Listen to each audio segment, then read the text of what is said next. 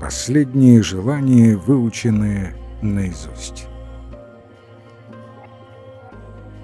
И вот снова формируется эшелон в облегченный лагерь. Теперь уже никто не знал, было ли это уловкой, чтобы выжать из больных людей последние силы. Пойдет ли теперь эшелон в газовые камеры? Или действительно в облегченный лагерь? Главный врач хорошо относился ко мне. И вечером, без 9:45, он шепнул мне по секрету: «Я договорился. До 10 часов ты еще можешь вычеркнуть себя из списка». Я деликатно дал ему понять, что эта возможность меня не прельщает, что я всегда предпочитаю прямой путь, иными словами, что я полагаюсь на судьбу. «Я уж останусь возле моих больных товарищей», — сказал я.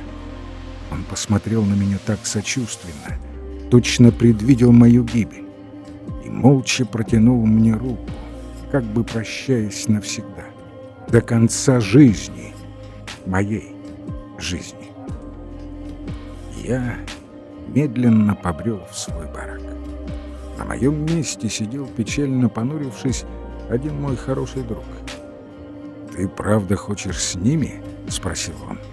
«Да, поеду». Его глаза затуманились слезами. Я пытался его утешить. Мне надо было что-то сделать. И я сделал свое устное завещание. «Слушай, Отто, если я не вернусь домой к жене, и если ты ее увидишь, ты скажешь ей тогда. Слушай внимательно. Первое.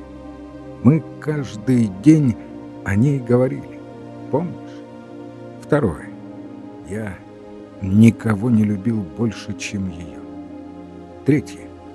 То недолгое время, что мы были с ней вместе, осталось для меня таким счастьем, которое перевешивает все плохое, даже то, что предстоит сейчас пережить.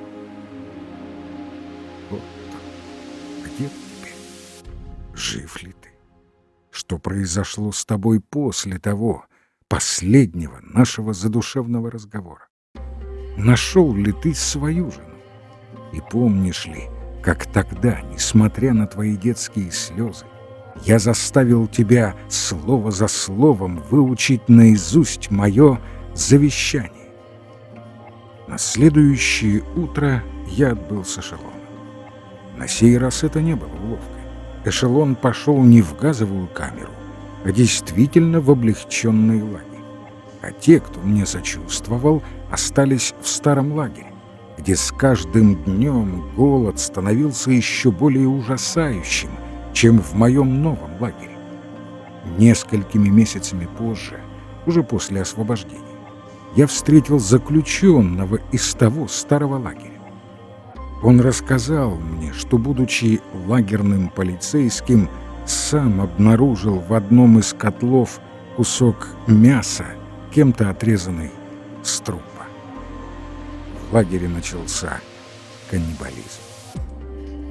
Как, значит, своевременно успел я ускользнуть из этого ада?